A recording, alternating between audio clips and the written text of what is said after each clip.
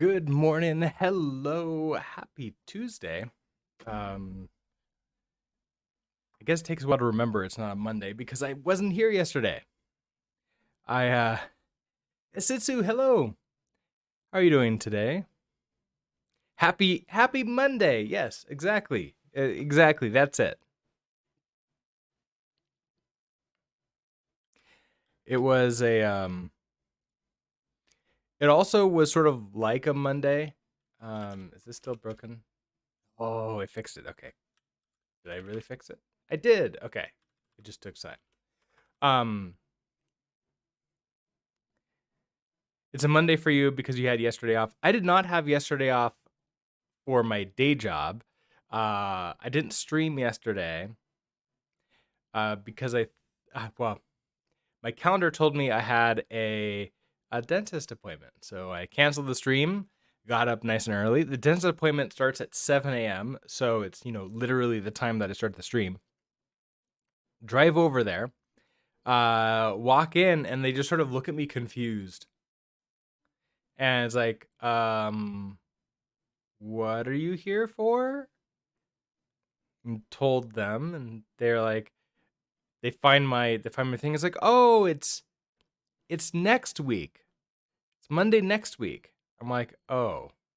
And they're like, well, normally we'd ask, like, we'd say, like, hey, if you want to wait around a little bit, you can just like get a drop in, but today's surgery day. So unless you want some, oral surgery, I politely declined to have them just do random oral surgery on me.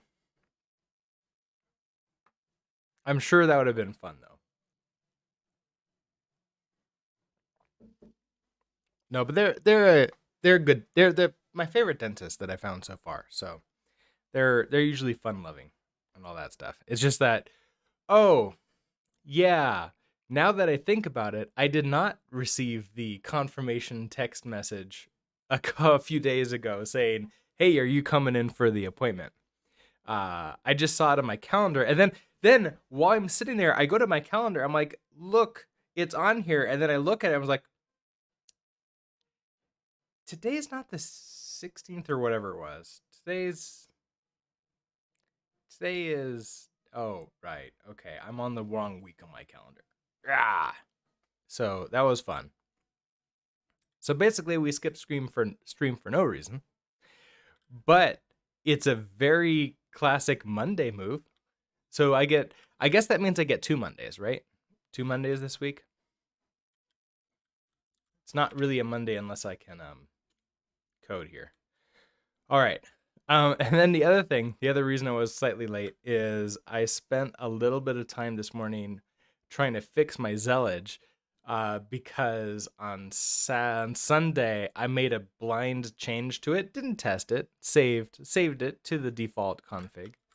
I did it so that way our LMS run is nice and big, takes up 90% of the vertical space, 10%. And apparently that change required quotes and a semicolon, unlike what some of the other ones did.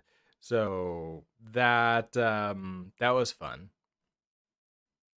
to figure that out this morning. So sorry about that. But let's go ahead and get things going. All right, so Crush Girls drawing table. I think is that the okay. Let's get fetch first. Let's see what else we have here. Yeah, I think this is it. So we'll do a get pull.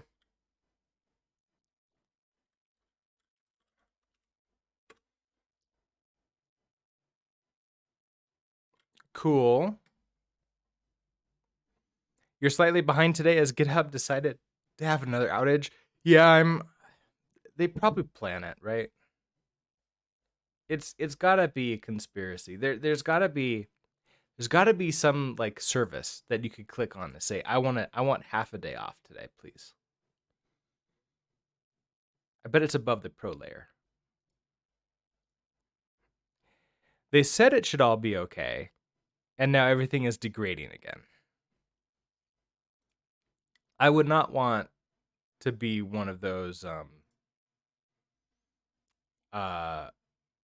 sysadmins that is dealing with that. Because any kind of outage sucks a lot. Especially one in which you have multi-international, gigantic, multi-billion-dollar companies dealing with it.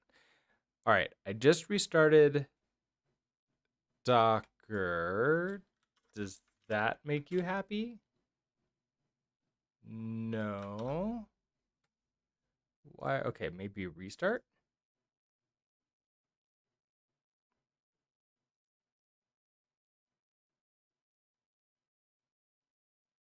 Also, it's interesting. Normally, when I start up Docker here, it asks me to give permission for it. Stacking, hello. Outages with SLA contracts. I can't even dream of nightmares made out of that terror. Yeah. SLA contracts are horrible. And not the contracts themselves, it's the outages when they happen. I don't want to have to deal with that. I used to have to carry around a pager all the time and took my turn doing that thing, and it sucks. Londo Spark, hello, good morning. I am trying to, today apparently is debugging day. Why isn't Docker working for me on this profile? Basically, I don't have permissions. And I've got it running. Okay, I tried restarting. I tried doing the restart. I tried doing the quit. It's not asking me for permissions regardless. Okay, so let's try going into settings here. The only thing I changed recently was I tried to go to Virtuo FS to see if that would make things faster and better. You want to keep their status page open, but it keeps pulling focus. It automatically switches spaces and tabs to show update. Wait, what? Like it's not just pulling focus. It's really pulling focus.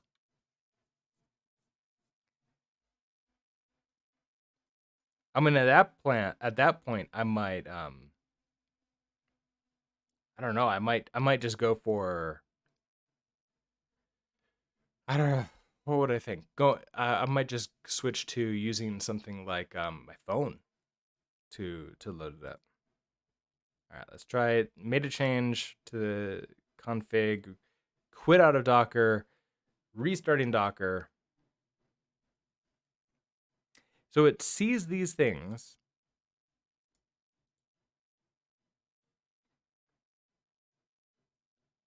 And then it's not really running.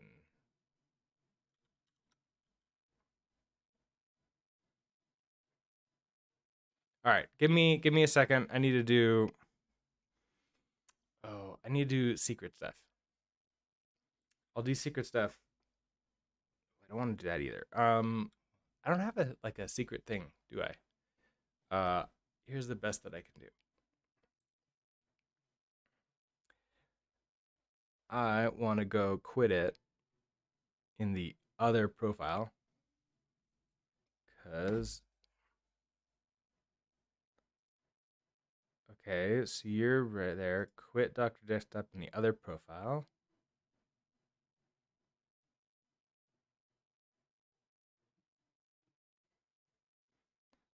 Okay, come back over here. Quit on this profile. Am I gonna get Docker over here? Also, my monitor, if that would reload, would be nice. Let me try it. Okay, and then can I bring you back? Yeah, okay. So let's see if I could bring Docker back up again.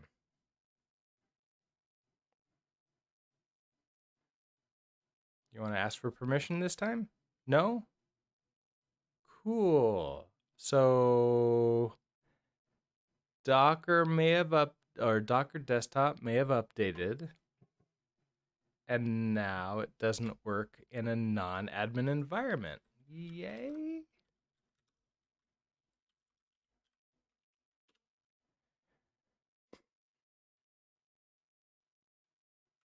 Out of curiosity, oh, I can't run sudo because I don't even have sudo for this profile. Okay, can I click on the thing and run it? So this is okay. Can I run you? Okay, permission denied in Docker desktop. Also, when I try to manually click on the run, do I have su? Yeah, I can switch over. I can switch over. And that might be what I have to do. Okay, let's do that in a different. Let's use iTerm for that. Oh, iTerm does like these full screen things, but whatever, it's fine. It's fine. So let's do sudo to my other profile. And then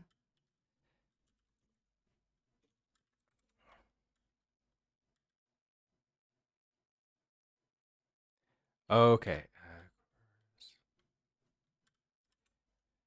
Make sure I do a git pull. Okay, git pull doesn't work. Oh,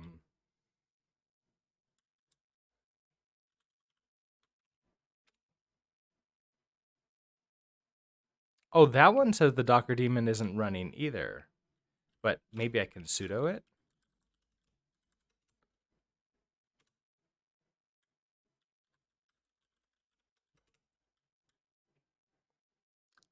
So it's not running. The socket's not running. Well, this might be a not programming stream. Interesting. All right, hold on. Let's You're watching a stream and suddenly an update. The majority of services has fully recovered, except for the third that you actually need. It doesn't help that the page is in light mode, but the stream is in dark mode. I'm sorry.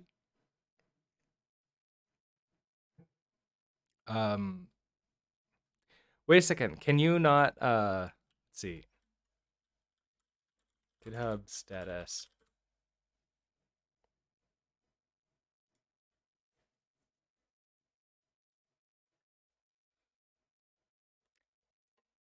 Is this it? Incident with actions API requests, code spaces, Git operations, issues, pull request, pages, pull requests, and webhooks. That's a lot. That is definitely a lot. We could blame this for Docker, but I would imagine that since Docker is supposed to be on my local system, that's probably not the real issue.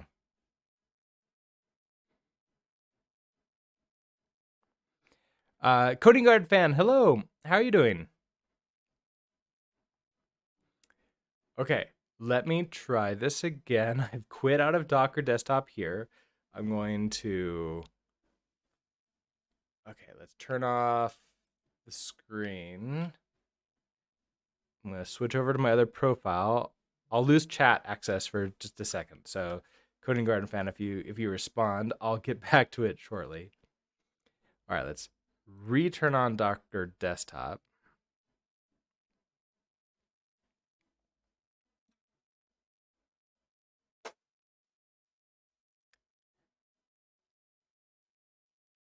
Okay, you're on. Go to DB. Pull. Okay, this is working over here, but I don't know if the ports are going to be available in the other side.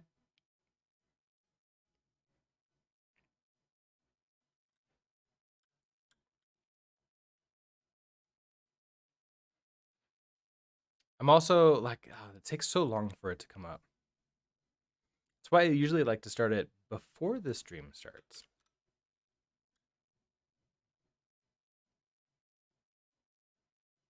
Okay, so I've got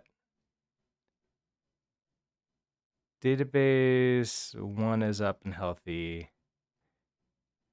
Dev API is running. Database, GraphQL API. Okay, so I think those are starting to set up. Zilby, hi. You want to come distract us from computer woes? Hi. Come here.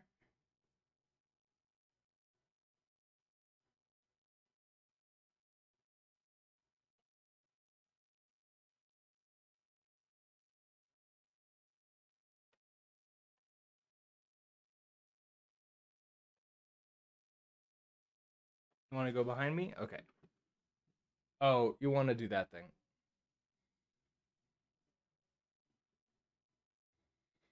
He likes to try to get up and then like go behind the curtain, behind the green screen. You want to hang out here? Zilby, there's nothing on the walls for you.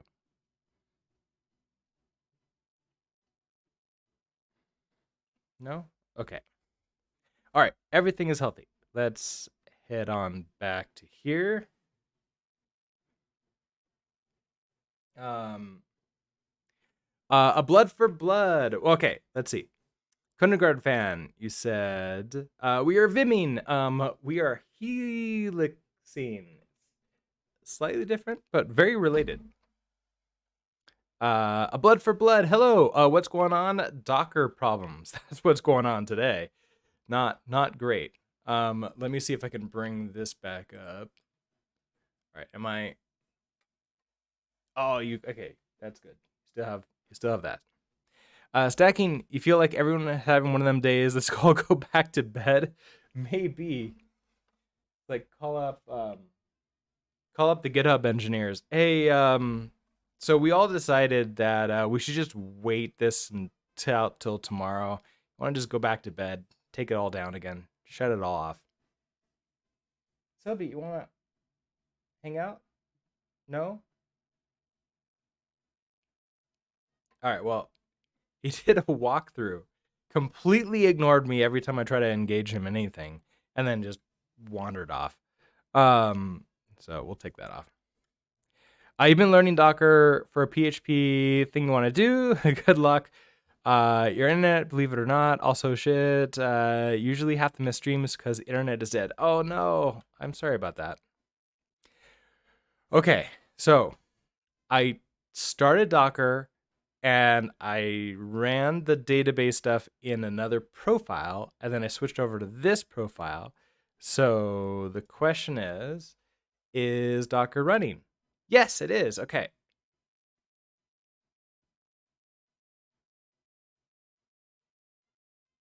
Right, that would make sense. The jot is expired. Let's use this one instead. Okay, we're happy with that. Which means we can also get. Guess maybe I should just do this stuff in the next time. So database, whatever. We're using the other one. YCL. I don't think we need you, but maybe we do. Oh, I do need you. So YCL pull. I believe we're on.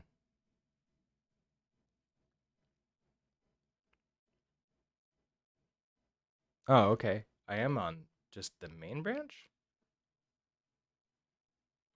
Okay, I'll take that. Let's go ahead of.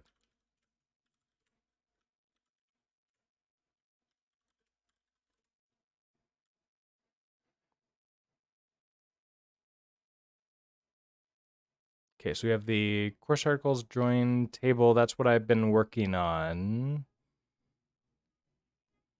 So on Friday, was it Friday?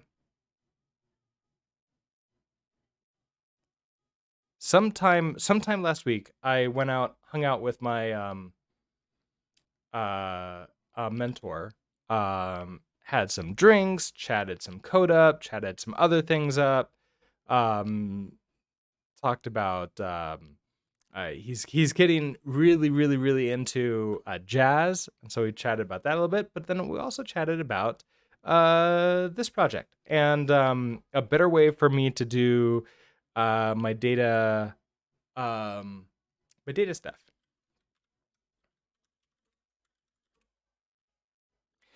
So we decided, looking into it. Oh, you can't compile. That's great. What is that in? That is in a few things. That's an API mod. So we decided that instead of storing the article IDs in an array on the courses table, we instead store it as a join table, and then I have an order by column. And every time I change the order, I have to go through and like change all of them to sort of insert. But that'll make things a little bit faster and easier in the end. Plus, I can have the metadata of like which articles are preview or not on there instead of just on the articles itself. But as I started to implement this, it's turned into a huge refactor in order to make that work. So that's been fun.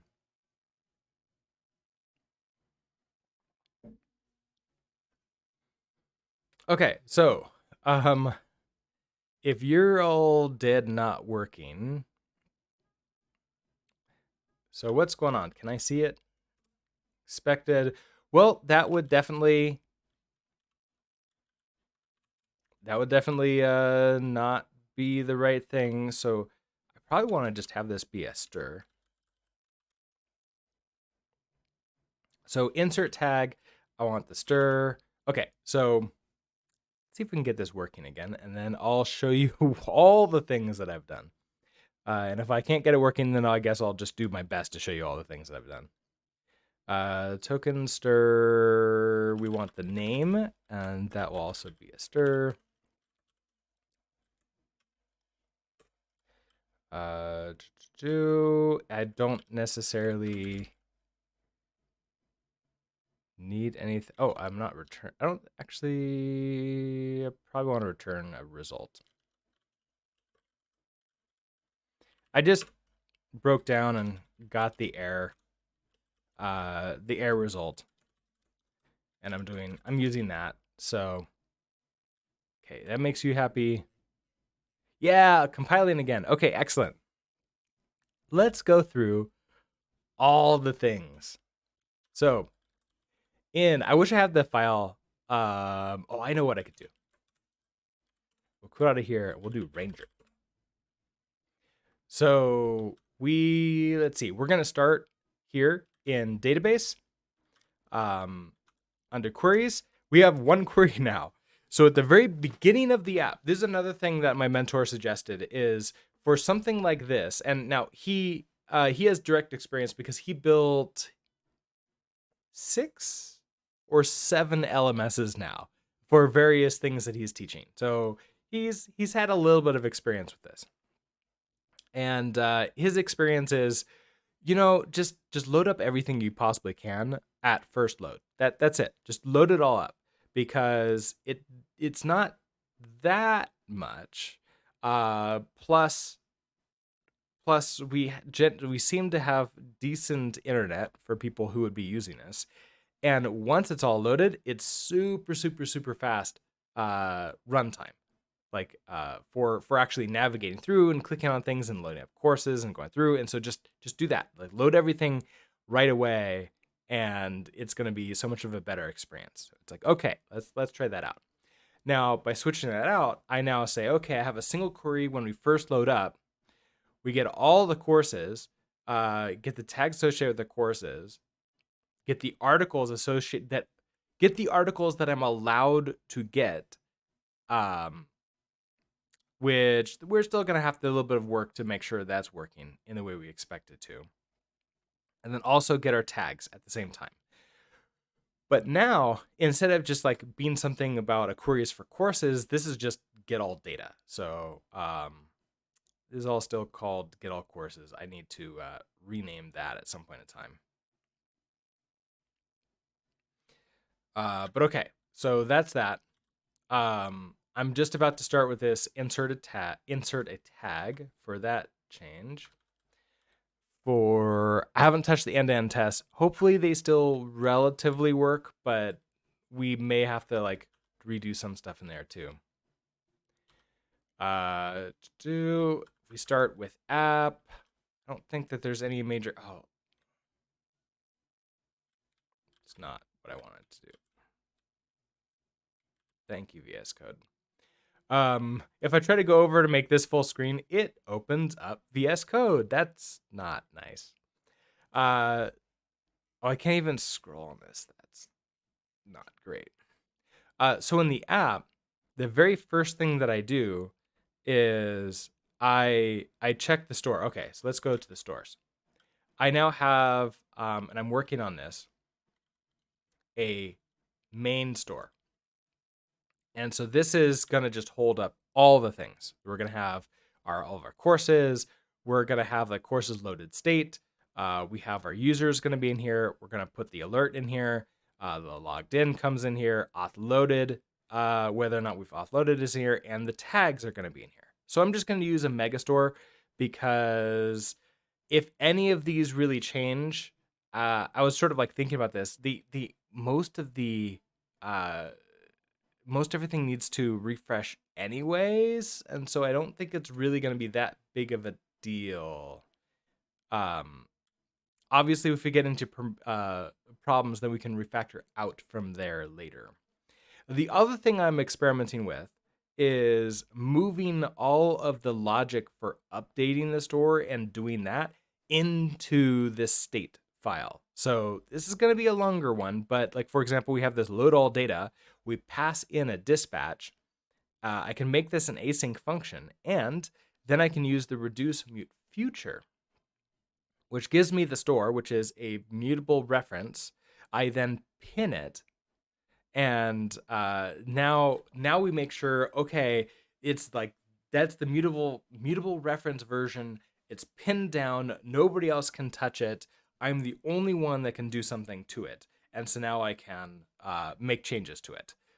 We can await. I await out the end of that and return the entire thing.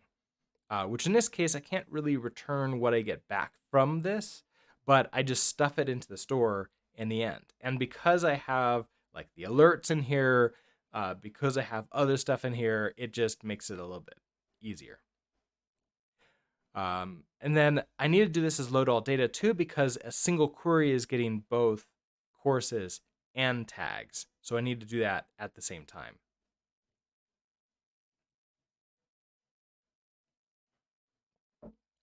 By doing that, in app, all I have to do now is say, hey, if the store is not, if like the loading state is not initialized, then, or specifically if auth is not initialized, then I want to go ahead and tell it to do this login from refresh, which was down in another file, but a little bit down before.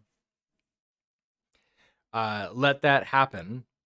And login from refresh, I believe, will re-render. It will say that we're no longer in initialized anymore. That'll make it go for, hey, we're now in loaded for the auth loaded. The re-render happens, use effect reruns. Next time we come in here, we say, hey, okay, we are in a loaded state for that, but are the courses loaded? Oh, no, they're not loaded. Okay, let's go ahead and now load all the data. And load all data, one of the things it does is sets this loading state to done. So it's made it a little bit simpler in these components, so I can, move around and just like load all the data pretty easily. Okay, so we have that. What else? The API has become fairly simplified. I'm finding that I can probably just put most of my stuff into mod here. because there's not really anything interesting that's happening outside of this. So my get all is like below the GraphQL below here, and then I'm also adding in the save, like the create tag in there too, because it's pretty small. Component wise, that hasn't really changed. Pages, these are still pretty similar. I'm currently working on the tags, and it looks pretty much the same. And I think that's it. Like everything else, pretty much this. Oh, I'm also starting to move away from creating a centralized error system like this, and just moving to error. Because then I could just bail out of them. This thing has I've not been super happy with it recently, and that's fine. Oh, and types. I have this types file, and I'm centralizing the types that go across modules. So, for example, the API grabs all the courses, and then it's going to create courses from this and then hand to the store.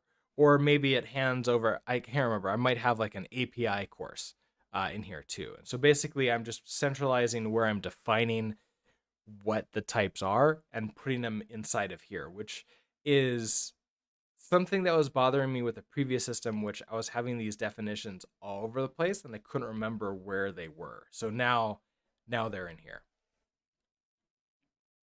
And we're going to see about that. And that's pretty much it what we got. So let's jump back in. We are currently working on creating the tags, right? So if we look at API, yeah, there's that insert tag here that we just did. And so we want to write this up. Oh, so did I create an insert tag? I think I did. Mutations. Yes, I did. So here's this insert tag GraphQL. It is insert tags 1. So API insert tags 1. Okay. So exactly the same as before. Let variables equals API.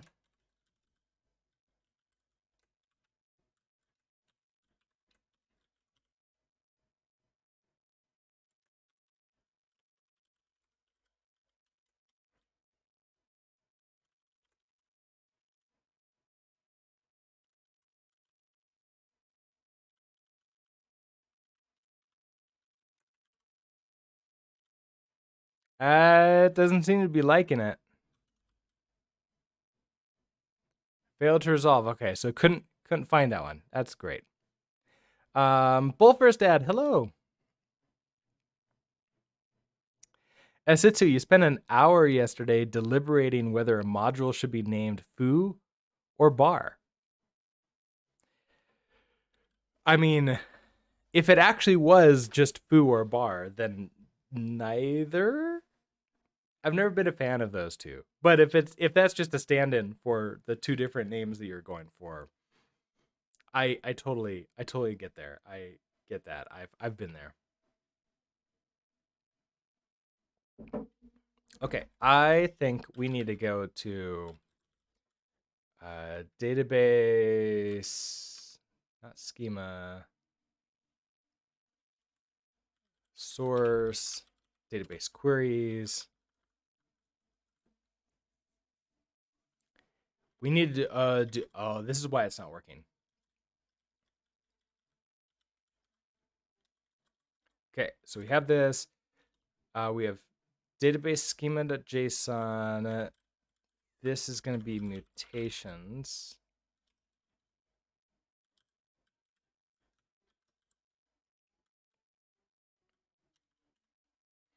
I want to LL the database mutations.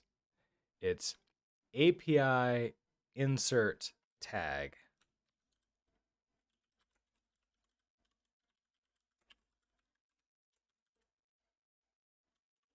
Okay, this is something that's been happening recently, which is annoying. I tried to hit caps lock, and I don't know if I'm just not hitting it hard enough and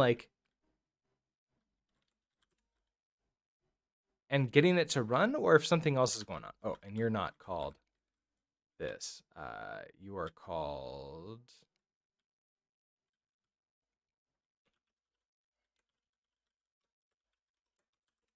Oh, that one worked. So I think every once in a while I'm just failing to exit insert mode. Okay, just to stand in. Yeah, totally happens to me too, all the time. You definitely put too much effort getting the API instructor right first instead of actually just building something that works. I'm getting better at that. I'm getting better at that, and then it's like, oh look, we need to make major changes. But I've bought time, or at least the theory is that we've bought time just building stuff. And so what we would have done planning, now I can use do refactoring, right? That everybody loves that. Okay, so we have you. Let's go over to you again. Let's try this again. Here, we'll just completely restart. Variables equals. There we go.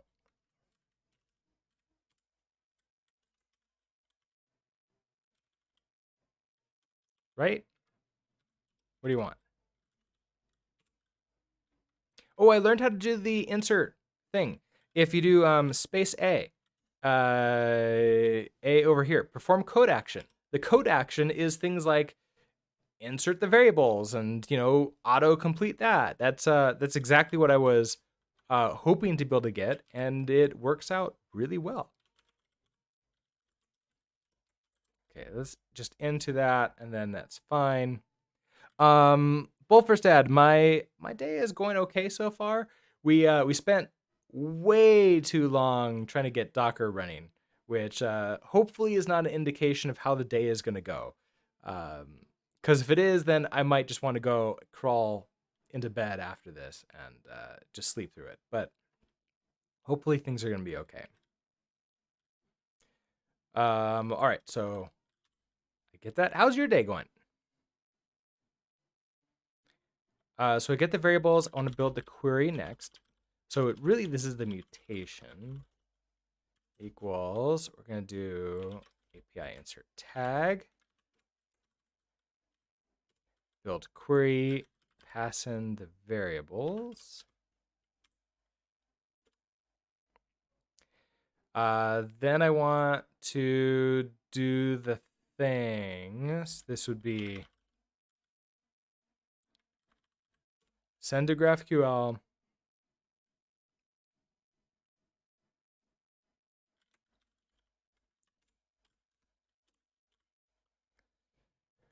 Okay, who is allowed to do this? Only us authors are allowed to create tags. So we can say authorization and pass it in the token. Role is going to be a BB role. I added a new role, so we now have a public role, which you get by default. So in this case, you need to be an author. Okay, so if I have those two things, we're going to throw in JSON and throw in the mutation.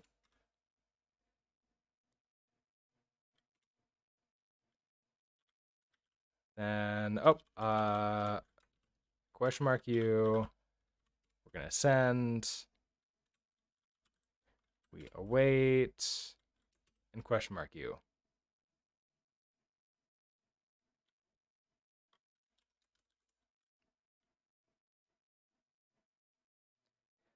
So I think that's good. And then we return this just okay. Yeah. If we got to this point, it works just fine. Although I kind of want to know what the ID is, don't I? So I kind of do need this. So let our results equals that. You don't know what you are. Oh, because send, I need to tell it that this is going to be the API insert tag response data. Okay, so I have this response data coming from here. Oh, I showed the the inlay hints to my mentor also, and his response was um abject horror and terror. Uh it's he's like, my brain couldn't do that. Like, things, he uses Vim a lot. I don't even know if he uses NeoVim. It's just basically a lot. It's just too much stuff, and he doesn't like things that are fake and not there for movement around. Which is, I mean, it's a valid thing, because like, you think, oh look, there's something there. Let me just go back. I want to go. Let's see if I'm here. I want to go back to let. That's how many words? That's one, two, three, four words. So for back. Oh, that goes just to the beginning. And I was like, oh, I wanted to go to result instead. So if I come up here, it's like, that's three back, and so like your counting just goes off. I know, I know. I think for me, and I think for us Rust, people doing Rust, it's we get used to them pretty quickly. And I don't know why. It's not hitting me quite as hard, but it might be because I made them really this light gray color. Which I hope that you can read, but it makes it a lot easier for me to see these aren't real. These are ghosts.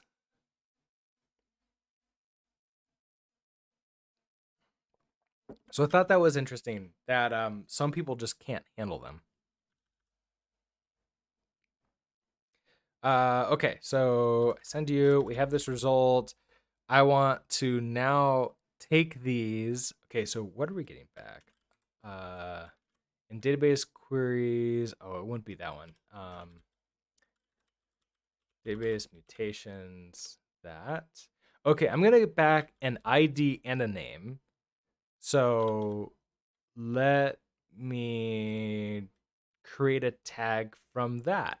That seems like a good idea. So I can do let new tag equals. Now, what I've been thinking about is like taking something like this response data and turning it into the tag, doing like an into for it, which I think would work here. So let's head over to types. So here's a tag, and I've got some impulse already for this.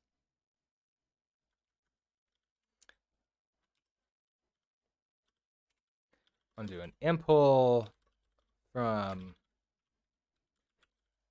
API insert tag response data for tag.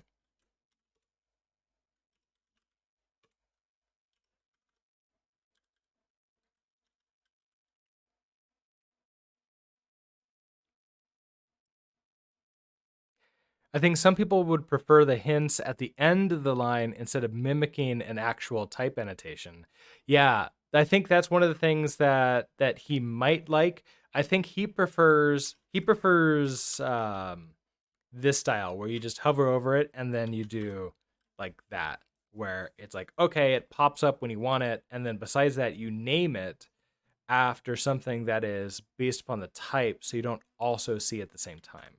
Which, fair point, makes sense. Um, he also had an interesting point, which is you can't see what you don't get those inlays in like GitHub when you're watching it. That being said, I haven't actually checked yet. if you do like dot on GitHub and it opens up VS Code, does Rust Analyzer run there? Because if you do, then absolutely you get it on GitHub.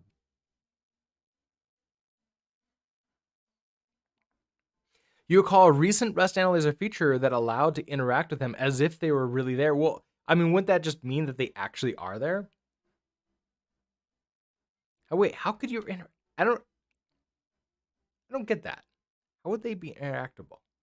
I've been not really reading the. I used to read through all of the like the changes that Rust Analyzer did. At this point in time, I just let myself be pleasantly surprised because like so far everything's been awesome and great, and there's too many changes too fast for me to keep up with.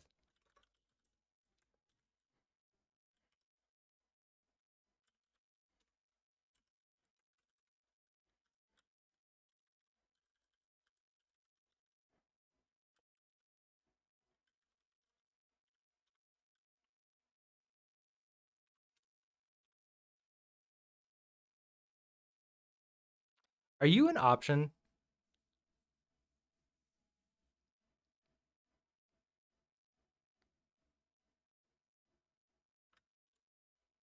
Why are you showing that? You are an option. Interesting.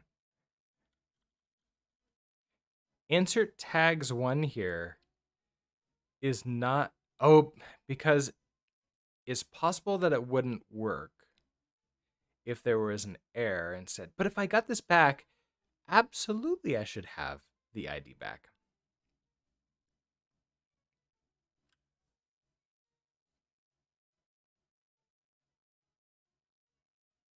Is there a way for me to tell GraphQL that this absolutely is coming back?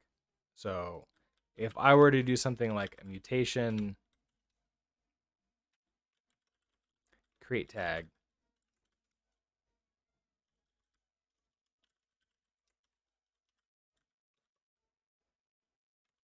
okay, we're going to create tags one, object, name is going to be new tag. And then I want the ID and the name. So can I like do something like that? No? Okay. I can't say like these are absolutely have to come here. Are you not considered required in the database? LMS tags, modify. Oh, interesting. Okay, so ID and name are not null, if that makes sense.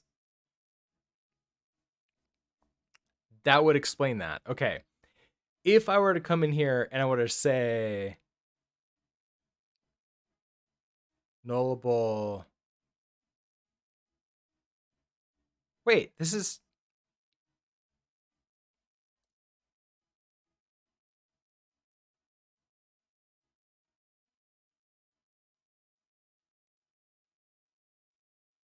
nullable false already. Um okay, never mind. If I try to insert a row here and I didn't throw anything in, I've just put yeah, I can't put null. It doesn't let me. Okay, so never mind. I don't know if there's anything that I can do to this. So it just doesn't know if there's going to be one, which is not great.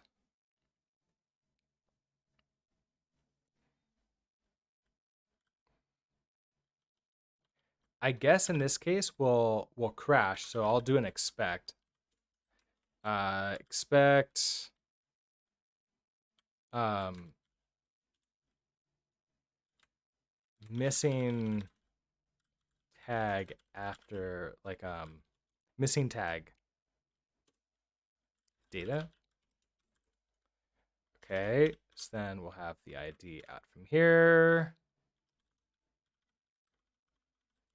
do our value, insert tags 1.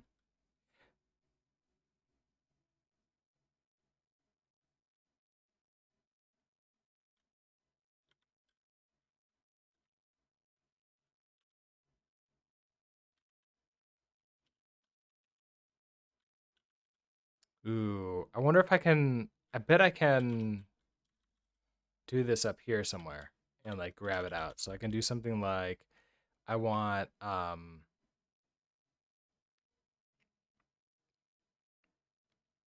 what type are you?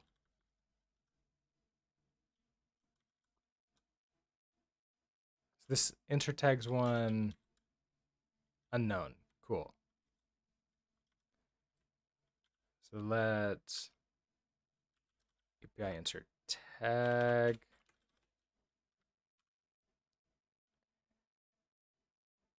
API insert tags 1.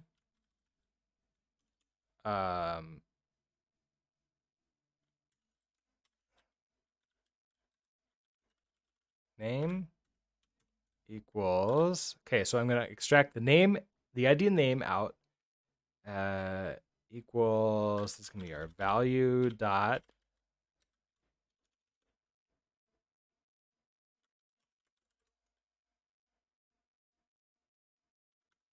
does that actually work? How does that work? Because you're showing the proper types now? I'm confused.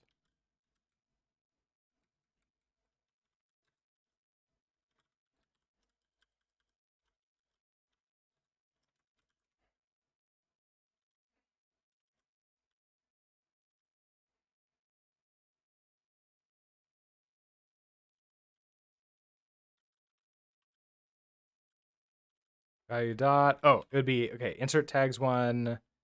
There we go. Now I can expect you here just to one place. Uh-oh. Uh-oh. I missed that.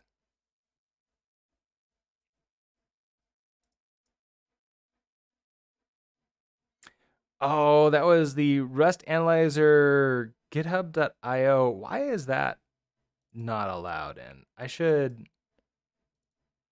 Oh, because that's to Rust Analyzer's web page. That's what it is. Okay, hold on. Let me see if I can fix that really quickly. This is Nightbot.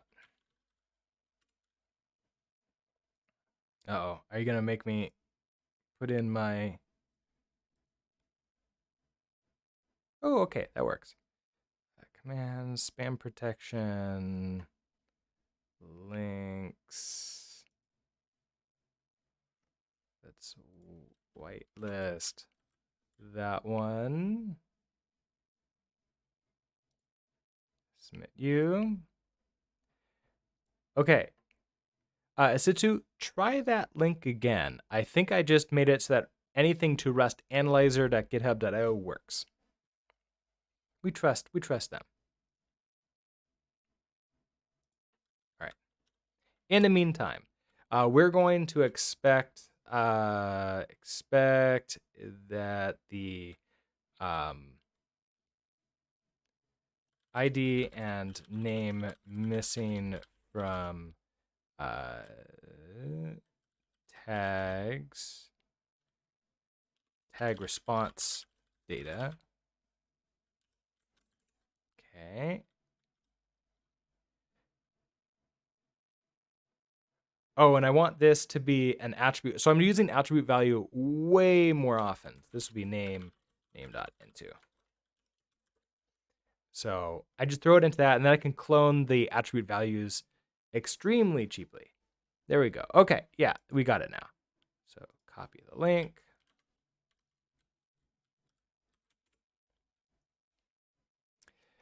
Make inlay tips, inlay hints insertable?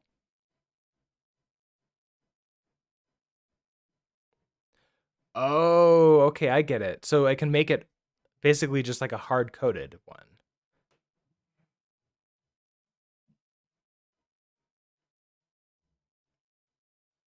Interesting.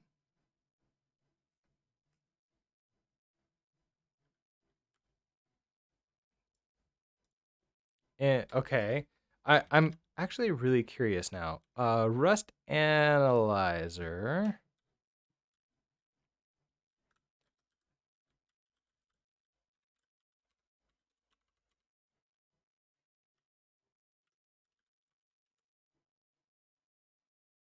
Okay, I'm using Homebrews, which I did update that in the other profile today. So that should work. Uh, I don't know if I've done the Rust up on this profile to like get the latest, but because I have that, I have no idea how I would do this. Okay, extract into function.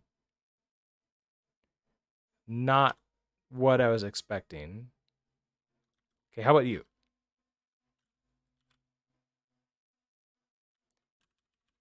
Insert explicit type. Wait, what?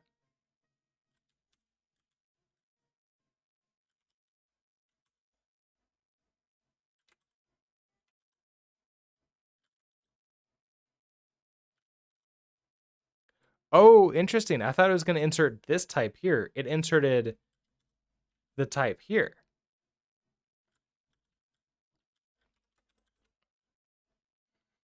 Okay, so I think it's working.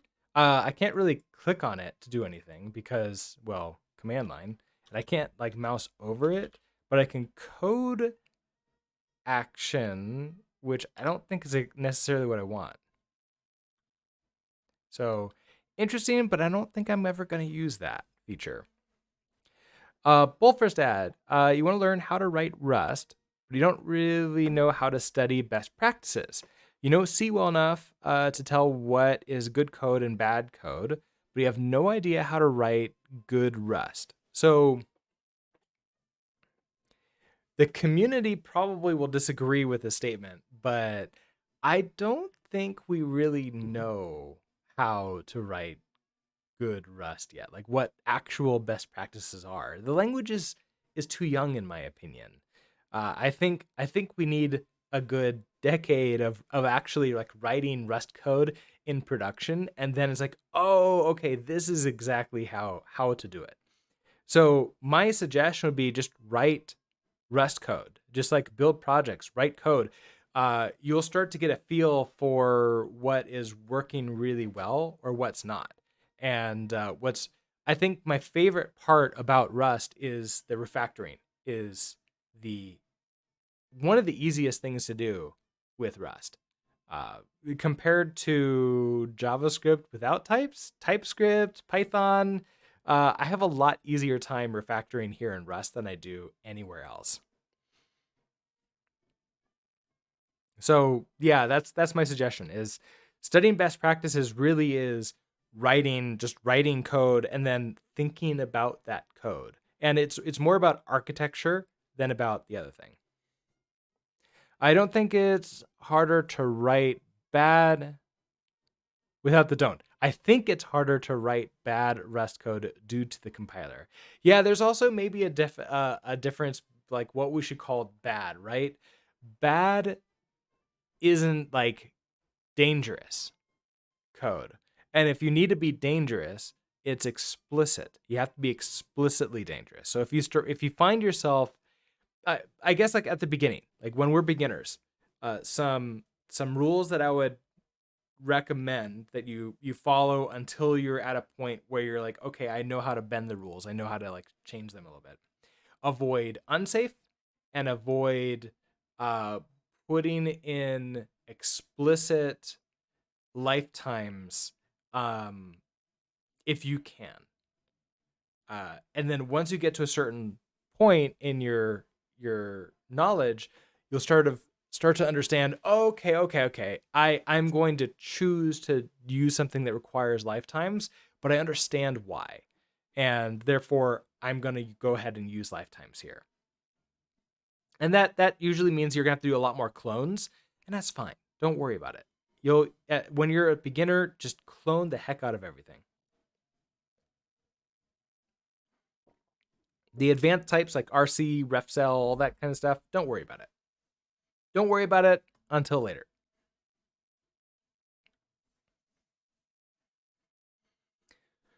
Okay, so we've got this returning self name. Okay, so I'm able to turn this into a tag. So if I save you and we head back to our API, I can now say that this is going to be a result. And we're going to return this as a tag.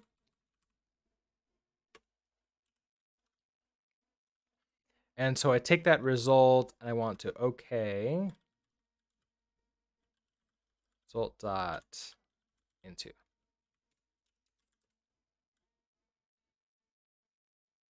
Okay, that's great there. Now I want to head into, I don't have the stores there, so I want to store main store.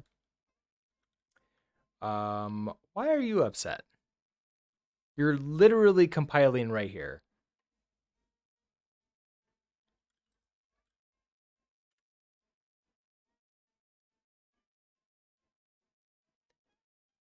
The trait bound default is not satisfied. I am very confident that's not true. Cargo.toml, we are going straight to whatever YCL is.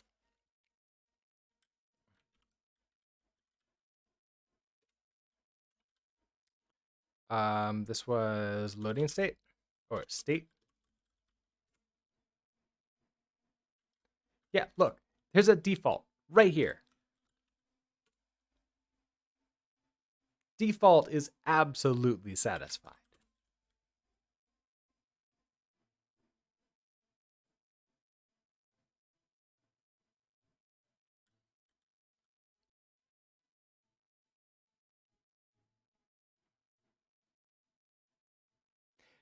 Okay, restart the LSP. Let's see if that works.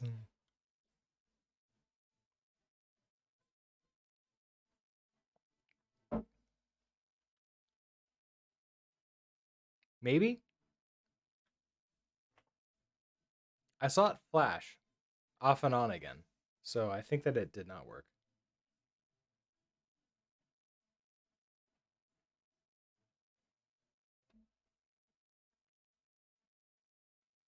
Well, we're just gonna have to remember that these aren't really errors because we're compiling. Uh, this this happens with macros and with Rust Analyzer every once in a while, and it kind of sucks. I don't like it. Okay, so you're actually working. Let's head back down here. I don't actually know if I have yeah, I don't have like a create tags from here. But we'll go ahead and add it in. So we'll do a pub async function insert tag. So we'll take our dispatch.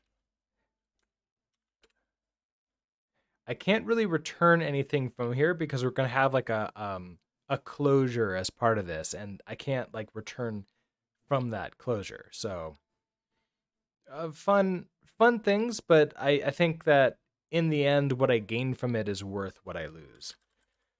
All right, so we'll do dispatch.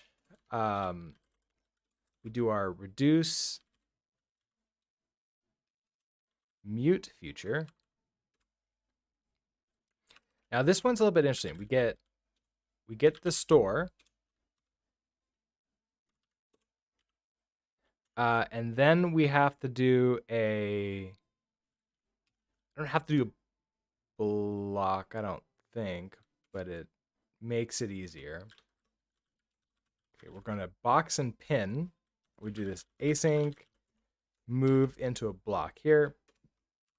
We await you, and that's it. So at this point, I can now run asynchronous code, and after the async code runs, I can then mutably insert into the store, which is pretty amazing. And because I'm using a main store, I have access to everything in the store too now, which is really nice. Okay, so if I am inserting a tag, I need the name of the tag here. So the new tag name is going to be, I kind of want to use an attribute value because I just want to have like the policy where I'm just using them everywhere until the very last second, if possible. Which I can't remember. Was I using that? I may have been using that as a stirs, but it's fine. Okay, so insert tag, reduce feature. Okay, so we want to do something like let the new tag. Banzi, you seek guidance. What do you seek guidance on?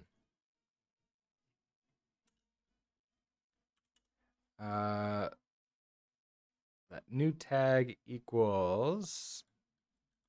This is going to be our API. Insert tag. Okay, so we also have to extract our token. Store dot user token. Oh, I think it's like an attribute value inside of an option, isn't it?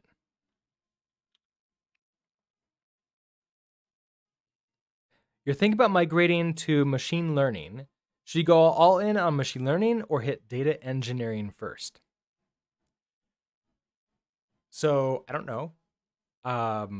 Whenever I hear the words all in, my initial response is to say no.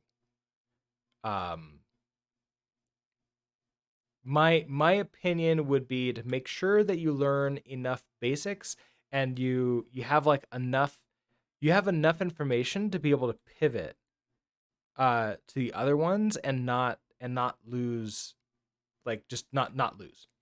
So if, for example, if you go all in on machine learning and you can't do data engineering after that because you went all in on machine learning, then that's a problem in my opinion. And if vice versa too. So is there some core thing that you can do that's like core to both? I would do that first and then switch to machine learning or data engineering. And then that way, whichever one, like if it doesn't work, you can pivot really fast over to another one. They share some libraries. Yeah, so basically I would learn like the core. Learn the core. Or a better way to put it would be learn the foundations of it. And then you can switch back and forth and move around really fast. Okay, so your insert tag, I want.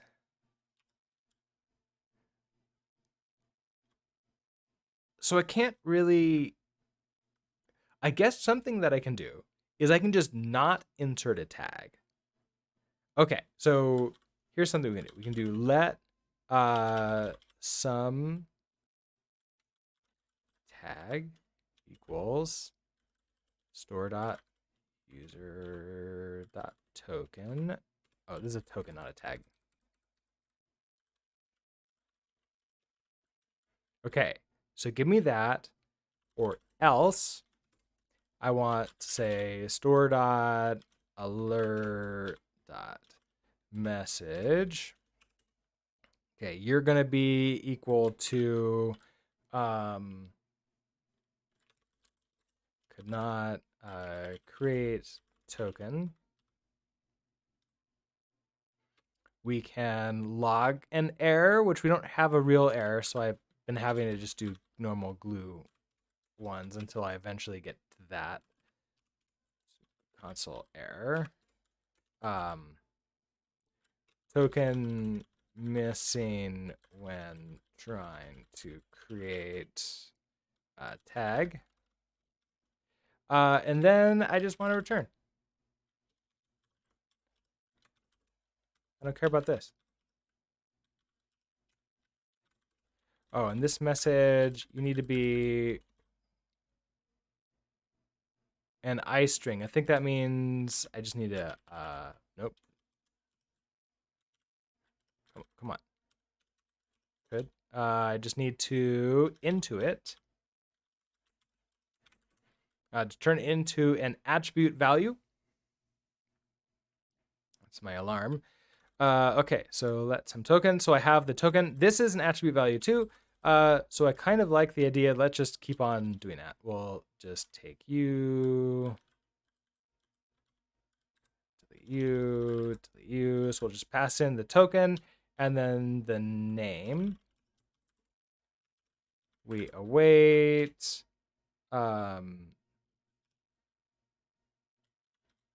And then I probably want to do the same thing where it's like, hey, we had a problem, right? So we're just gonna okay. I've been leaning into this pattern a lot recently, and it's working out surprisingly well. So otherwise, if I couldn't get to this, it's pretty much going to be the same thing that we have here. No, not delete. Message could not create the token, so it's the same message regardless. But this one would be more of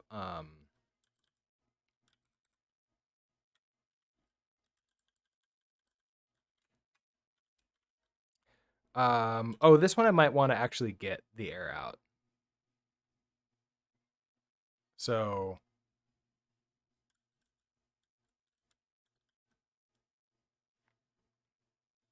feel like as we get older, we just add more alarms to life. Remembering about a meeting, alarm. Well, I mean, I think one of the things, and this is a philosophy that I've had for a while now, and it just keeps on getting more and more relevant. Is I want I want to make sure that I don't have to think about things if I don't want to. So I use a lot of external memory. There is a famous story which is attributed to Einstein, but there's no. I've not found any evidence that he ever actually said this, but it's really cool. So if in the case that he did, he deserves all the credit.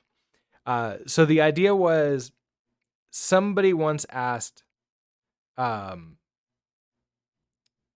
hey Einstein, what's your phone number? And he's like, oh, it's in the phone book. He's like, what? Some like the smartest person in the world right now doesn't remember his own phone number, uh, which quite possibly he couldn't because he was also dyslexic. But his response was really good, which was, oh, why should I bother filling my brain with things like that, which are easily noted down and discoverable anywhere else? And I think that we're supposed to do that with like code too. Think about it. With Rust Analyzer, I no longer have to think about what each of these things are. I can just sort of like look at that at the moment and I don't have to hold it in any kind of even short term memory. It just is in the context always. But then outside of it, I don't need it. So yeah, we use less mental space. But if you also think about it, whenever you're processing, like if we think about our brains as computers, which I know is not exactly right, we have the CPU part and we have the memory part. If we're constantly having to use the CPU to like figure stuff out, that's less CPU space we can have for actually logicking and problem solving. So things to consider. It's a philosophy that I have that I think that I like. And so while I was talking about that, I realized I want the actual error to print out, which means that I don't think that I can match it here, so this needs to be an actual match then. So this is gonna be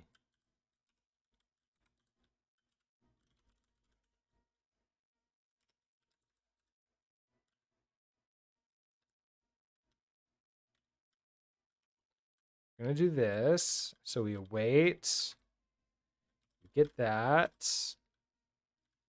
Just go ahead and delete you. I don't need that. I can fill the match arms. Okay, so we're gonna get the new tag here. And then you're going to be the error. In the case of this tag here, all right, so if this succeeds and I now have a brand new tag, I want to insert it. Well, I probably want to do a couple things. I want to do like message, oh, store dot alert dot message and send you. I wonder if I want to just like keep all the messages and do all something else. What if Rust Analyzer breaks? I mean, it happens every once in a while, but um, it's it's it's a dependency. Spoken like a true web developer, absolutely. Um, I think the fear of something like that happening shouldn't stop us from doing something that like makes us more productive in the long run. Because like yeah, it sucks in the short term, but we're also professional problem solvers. We're going to figure things out and like deal with it. So like to me, that's a problem to be solved when it breaks, not solve it before it breaks, if that makes sense. Massacre Soldier Killer. Hello. What's wrong with web developer? Nothing. It's more of the language of like, hey, just like having this thing that could like make us less productive if we don't have it. That's a dependency. It's like super developer wording. And we web developers have a lot of dependencies that go in our code. So it's something we're very familiar with and we use all the time. Okay, so this is oh, you're learning web development now. Awesome. Welcome to the web development land. How's it been going for you? Now, bear in mind, I am supposed to be getting ready for work right now, so I won't have too much time to respond. But if you're fast, we'll get it in. Let's see. You did HTML and CSS yesterday. Nice. How do you feel about JS tomorrow? Okay, so you're new into it. Yeah, it's so fun to get into that stuff. Massacre, do you know about the developer tools in the browser? Yeah. Okay. Perfect. They are absolutely essential in my point of view because you can just do all your programming inside of there when you're learning, and it's a great place to sort of experiment around and just sort of see what happens. Okay, so I create the alerts. I don't need a console log when it's created. I do want to insert this in. So we're going to say store.tags. We're going to insert tag.id and the tag itself. Okay, so that's in there and we're good to go now. Okay. If there's an error, I essentially want to do, I mean, it's going to be the same thing, isn't it? Store.alert message is going to be there was an error creating the tag. Store dot. Then I probably just want to console this out. So glue console error. And we do an error toString. And I'll just do that right now, at least to find out what's going on, and I might change that later. Oh, right, you have to be an into.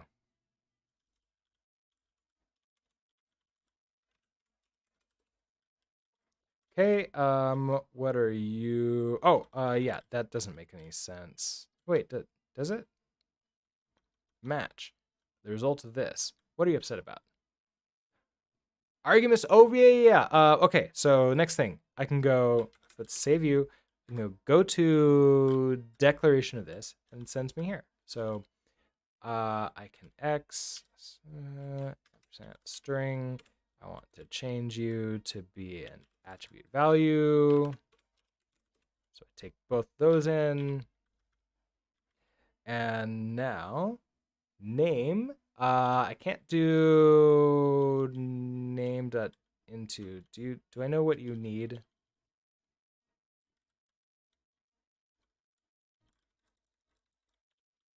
Okay, it needs to be a name, so it's a toString, I think.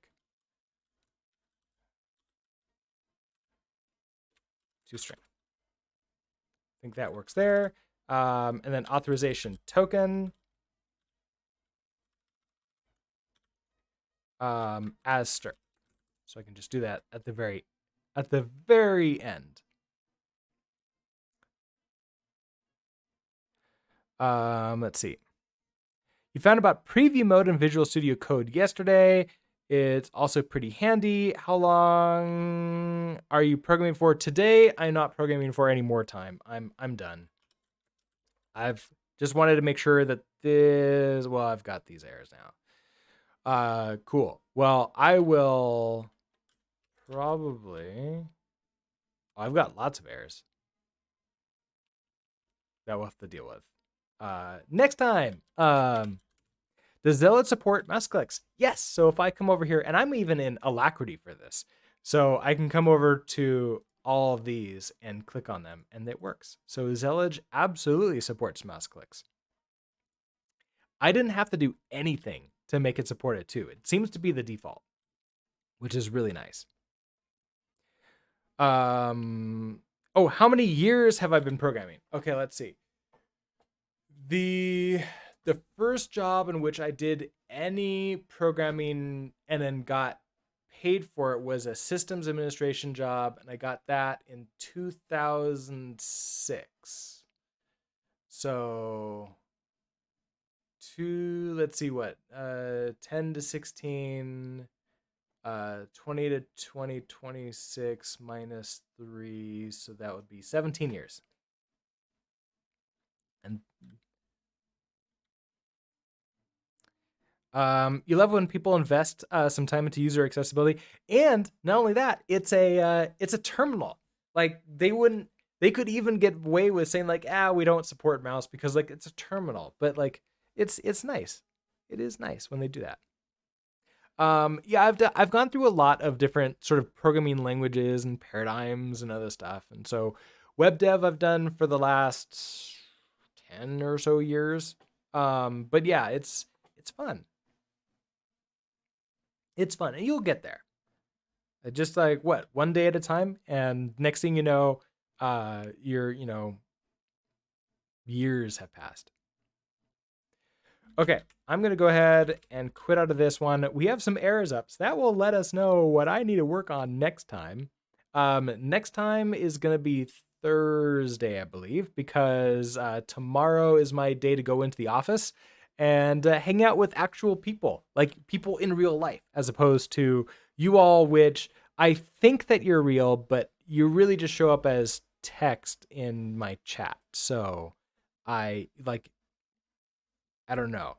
I could also just be gaslit into thinking that you're all just chatbots. Get to make up things to put on your CV to get an internship. Yes, the first, like the CV, the resume or whatever, don't worry about that. Whatever you need to do with that to get into the actual interviews, that it's an advertisement. It's all marketing. It's all marketing. Don't worry about it whatsoever. The rest of the interview process should be about determining what you can actually do, hopefully.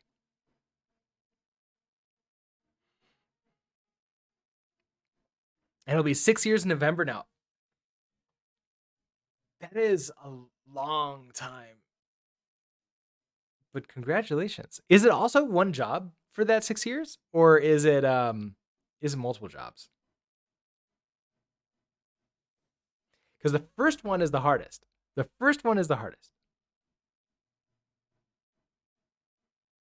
2 years for the current job. Okay.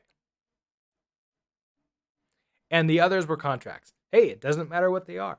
Work is work, right? That's all that matters. All right. As I sort of mentioned, I'm gonna have to jump off. I'll be back on Thursday morning around 7 a.m. Mountain Time to continue working on the project. If I do work on it after off hours, I will. I always begin the stream with like sort of just describing what I did. So with that, I hope that you all have a great rest of your day and a great Wednesday, and I will see you next time. Bye.